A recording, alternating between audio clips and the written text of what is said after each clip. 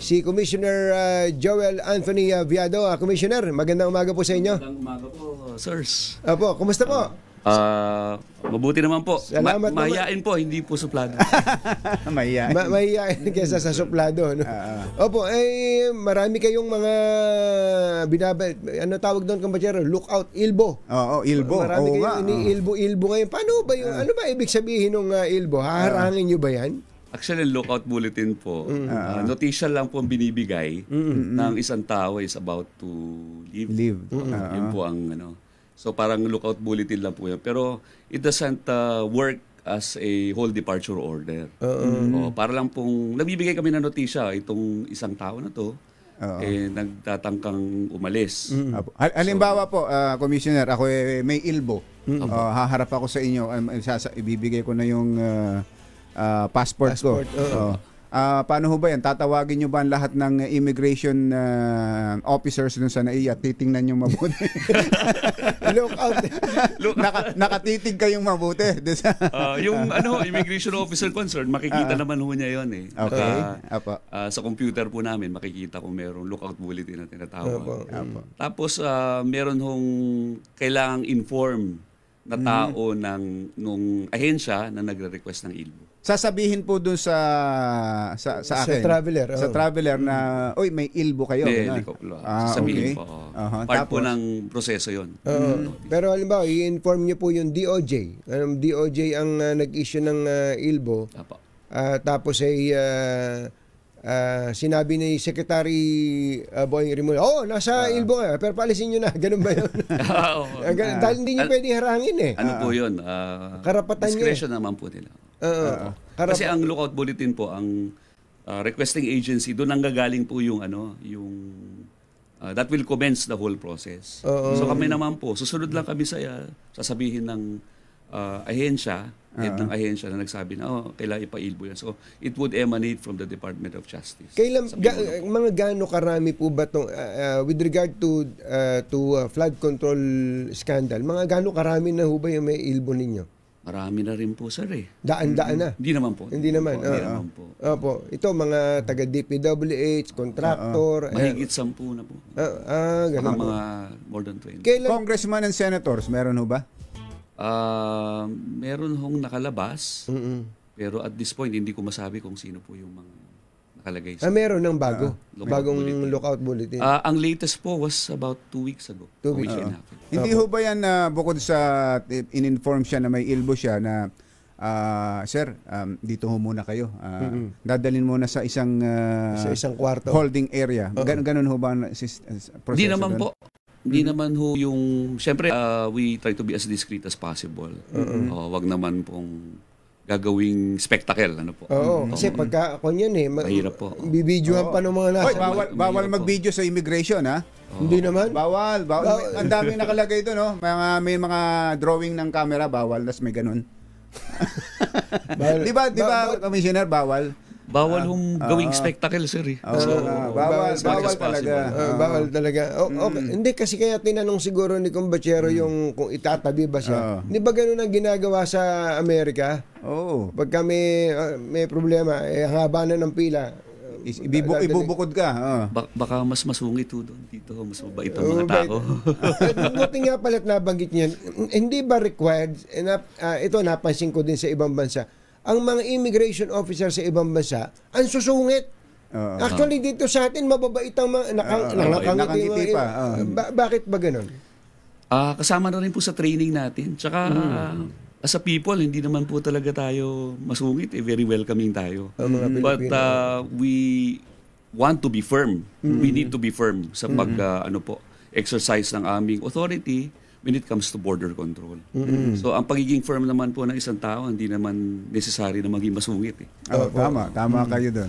Okay, para wala ng immigration officer, kailangan na siguro natin ng e-gate. Ayan. Ano na ba update natin sa mga e-gates natin? Maganda po yung e-gates. Magpapasalamat din po kami sa private sector initiative.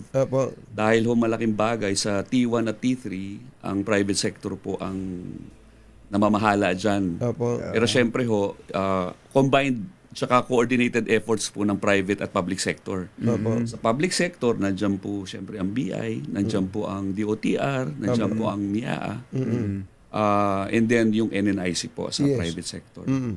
Ngayon, pagdating naman po sa iba't ibang mga international airports sa buong bansa, yun ho yung subject naman ng e-gates na project ng Bureau of Immigration.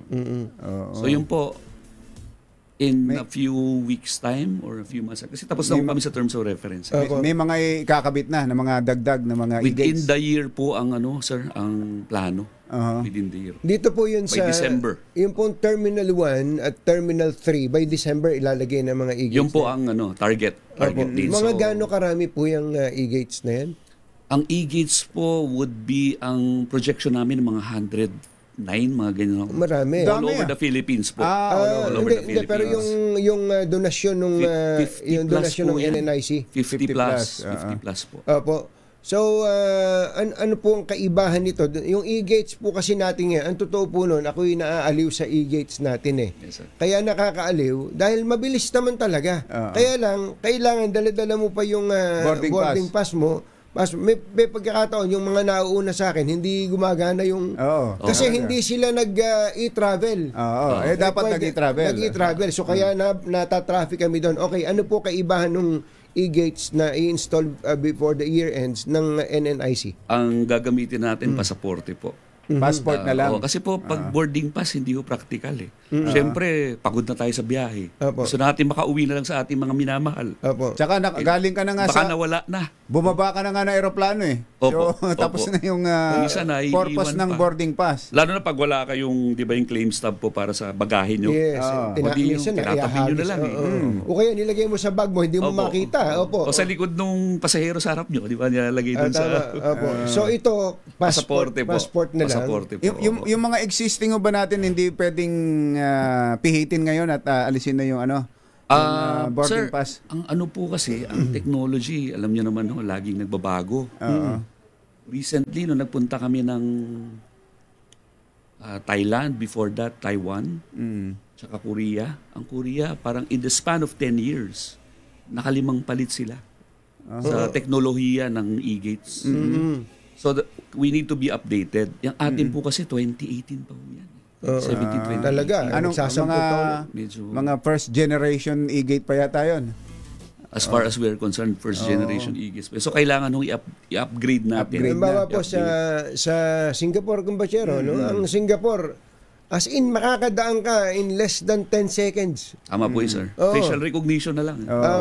Tama po kayo, hindi ba tayo mahal ba, gaano ba kalaki depression ng presyo niyan? Bakit hindi ba natin kayang bilhin yan? Sir, ano yan eh? Total package yan, billion ho yan naabutin. Pero ang objective naman po natin, step ladder. Pwede namang upgrade tayo, first phase. Second phase ganito, hanggang ultimately, ma-reach natin yung gusto natin na yun nga, facial recognition. Hindi kaya naman in the long run, kapag ginamit na natin ang technology, mawala naman ng trabaho ang mga immigration officers? Hindi naman. Hindi naman po. Kasi kailangan rin ng assistance ng immigration officers. At tulad ho ngayon, kunwari, merong hindi talaga masyadong adept sa teknolohiya. Lalo na yung mga medyo kasing edad ko. So hindi mo masyadong adept. Meron ho agad na nakabantay na na immigration officer to assist you. Pangalawa, ang objective naman po yan, mapabilis ho ang processing sa pila. In which case, kailangan pa rin natin ng immigration officer to direct the people, to give the necessary instructions kung hindi natin masyadong gamay yung paggamit ng e-gates. Plus, we are anticipating na magkakaroon ho ng operation sa iba't ibang international airports, not only in Metro Manila. So kailangan pa rin po natin na mga tao, mga immigration officers, na magmaman ng ating mga terminal sa ibang mga probinsya at cities sa buong Pilipinas. Mga gaano karami po ba ang IOs natin ngayon? Ang IOs po natin, mga 1,900 lang po. 1,800 sa buong Pilipinas. Naalala ko sa ibang, may mga napapanood akong pelikula kung Bachero. Actually, hindi lang sa pelikula, pati sa Madrid, halimbawa, sa Espanya. Ang immigration officers po pala, parte ng national police nila. Tama po. Yes, sir. So parang mga pulis sila, may mga dali. Sa ano po, recently nasa Thailand po kami. Ang immigration officers po nila under the Royal Thai Police. So pagdating nyo po doon, talagang mga pulis po sila. Mga pulis talaga. Ang sa atin po, under the Department of Justice, meron naman ibang bansa, ganyan din po ang setup. Kanya-kanya pong kanya-kanya kagamayan kung ano yung sistema na naayon doon sa bansa. So tama po kayo. May mga bansa po na ganyan under the police po nila. Kumukonti na ho ba ang dumarating na Chinese talaga dito sa atin? Sa atin po, sobrang kumonti na. Dahil wala nang pogo. Hindi naman po, siguro various reasons din po. Yung visa upon arrival, wala na. Wala na pong ganun, sir. Wala na pong ganun. So kapag pupunta ho ang isang Chinese national dito sa atin, kailangang mag-apply na ng visa. Kailangan po. Ang meron yata tayo ngayong deal ay sa India, no? Meron po. So ang India, pwedeng e-visa na lang? Paano Pwede po. O visa upon arrival? Hindi po, meron hong electronic visa. Marami na ba dumarating na tumaas po Indian? yung arrivals pagdating sa mga Indians. Buti dumating Indian yun. Hindi hulugan. Hindi in-Indian. Hindi tayo in-Indian. Ba't ba naging ganun? Meron po kayong isang bisita dyan sa immigration, yung Chinese-Filipino na parang Alice Guo. Ano pangalan ang sitwasyon? Ano po? Baka sub-judice ho yan. Pero yung matter. Pero nakakulong po yun. Nakadetain po. Nakadetain sa inyo. Nakadetain po. Opo. Hindi, mabanggit yun lang yung pangalan. Hindi naman natin di-discuss yung merit. Bigla ko lang naalala Hindi ko po masabi ang kanyang Chinese name. Opo. Pero yung ginagamit niyang... hindi namin kinukonsider po kasi na ano yun Pilipino. So, we don't address this person via that name that he supposedly uses here in the Philippines as a Filipino. Kasi hindi namin kinukonsider. Meron ba kayong effort para bang may saturation effort para maubos yung mga Alice Guo 2.0, 3.0 ganon? Meron bang deliberate constant effort? Monitoring din po kami pagdating sa ganyan. Kasi sir, may mga tao po rito na tinatawag namin fake Filipinos. Meron ho silang mga dokumento na maaring na-issue ng isang government agency pero fraudulently acquired. We're not saying those documents are outright fraudulent, pero yung pag-acquire po nun, fraudulent. So meron hong kaibahan. So nakamonitor po kami sa ganyang mga marami po sitwasyon. Yan. Marami. Hindi ko po masabi ang number ngayon, but constantly nagmo-monitor po. Marami rin ho kami na-encounter na ganyan. Sa tagal siguro, through the years, ang dami na sigurong nakagawa ng ganyan. Ano? Yes, sir. Kaya hindi natin, wala kayong particular na number kung ilan wala yan. Pong particular number ako masasabi at this point. Okay. Pero marami po. Sa ngayon po, may mga naka-detain pa kayong mga mga dating mga POGO workers? Meron pa po. Ilan po ngayon, Commissioner? Medyo konti na lang, sir. Medyo konti na lang ho. Doon sa detention facilities po namin, isa sa Bikutan, isa sa Muntinlupa. Baka ano lang yan, mga a little over 100. Baka nga nabawasan pa. Kasi recently, may mga mass deportation kami ng iba't ibang nationals. Ano po. Meron kami Korean recently. Recently naman Chinese. Yung mass deportation namin, isa 49 yung isa. Marami, almost 100. Halo na ho yun, admittedly. Merong mga POGO related yung kanilang offenses. May iba naman, hindi. So, halo po yun. But ang POGO-related offenses or offenders, sinusubukan ho naming i-deport at the soonest possible time. Tayo so, pong gumagastos nun?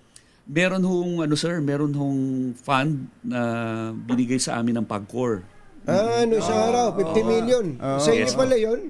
25 parang sa NBI binigay ba't hindi kayo... Baka kunin na ni Director Santiago yun. Amin yan. Sa amin na kami nagpirmahan. Basta POGO related. May mga instances kasi, sir, na nakadetain sa NBI, pero ang legal custody nasa amin. Physical custody kanila. Pero nagko-coordinate ho kami. Yung mga pinapakain doon araw-araw, sagot ng BI pala yun? May, posibleng Malaking NBI gastos din nga ho. yan. Pero pag sa facility ho kasi namin, sa amin po yun. Sa inyo yun, 70 a day. 70 pesos a day. Ay, para lang palang taga-bilibid eh. Sinani pa. Sabi siguro. Pinares na lang. Malaking gastos din talaga yan. Ilang taon na rin, di ba? Ay, grabe. Malaking gastos po yun. Kaya po, sa amin dapat naman deport kagad. Kami sir, ano po kami detention facility, hindi ho kami jail, hindi kami prison, preparatory to deportation. So ultimately, kaya kami nagdi-detain para i-deport. Kaya nga BID nga dati yan yes, eh. Sir, No? Kaya po hindi practical para sa amin at para sa mga kinauukulan na matagal na naka-detain. Kaya as much as possible, i-deport po. Opo. Last na lang po, no? Si Congressman Zaldico po ba, alam niyo kung nasaan? At this point, hindi ko po masabi, sir, kung nasaan. Bakit pero kaya niyong malaman? At this point, wala po kaming facility na malaman kung saan kung anong particular na bansa. We have to inquire. Pero kami po mismo, hindi namin masabi. Pero kayo po, pag halimbawa, nag-inquire kayo, for example, ngayon, babanggit, nasa Spain. Nasa Spain. Pag tinawagan niyo ba Spain, pare, ayan ba si ganito, sasagutin ba kayo? Verification lang po ang pwede namin gawin. But ultimately, it's with the Spanish authorities. Nasa kanila po yun. Kanilang option kung sabihin o hindi. Kung nasa So wala hong sistema na automatic na malalaman ng country of origin o kung saan siya nationality, kung saan niya huling ginamit ang kanyang passport? Wala hong ganong sistema? We can ask the authorities, but ultimately, ang confirmation would have to be with them. Kung papayag sila. No? Dahil kanila yun eh. Kanila po yun. Parang same proseso po sa atin. Kung tanungin po tayo, it is actually really with us kung yung information na yun is i-divulge nila. Opo. Ngayon po ay October 1 na. Ilang linggo na lang, undas na. Dami may biyahe dyan. Yes, ilang linggo na lang uli. Pasko po. Pasko na. Ang haba, malamang mahaba na naman ang pila. Yes, anong assurance nyo sa ating mga travelers na hindi na sila mapapamura habang dahil sa haba ng pila? Go ahead. Actually, preparasyon po ang key doon. At on the part of the Bureau of Immigration, constantly naman po, nag-appoint ng aming mga immigration officers. As a matter of fact, may panibagong batch naman ho kami ng mga IOs who will man the airports. And ang maganda lang ho kasi doon, with the preparation ho, na hindi lang naman arawan, kundi lingguhan at buwanan. Handa po kami for any rush. Yung influx. Influx. Tsaka yan ho naman, gaya po na nasabi nyo, sir, alam na. Yearly. Na. Hindi na ho, hindi namin kinukonsider na problema. Anticipated na yan. Yan ho, sitwasyon na na-anticipate na ho. May text in question ho dito si Vic Lima. Mukhang ito, laging hirap gumawa ng e-travel niya. Yan daw ho bang e-travel na yan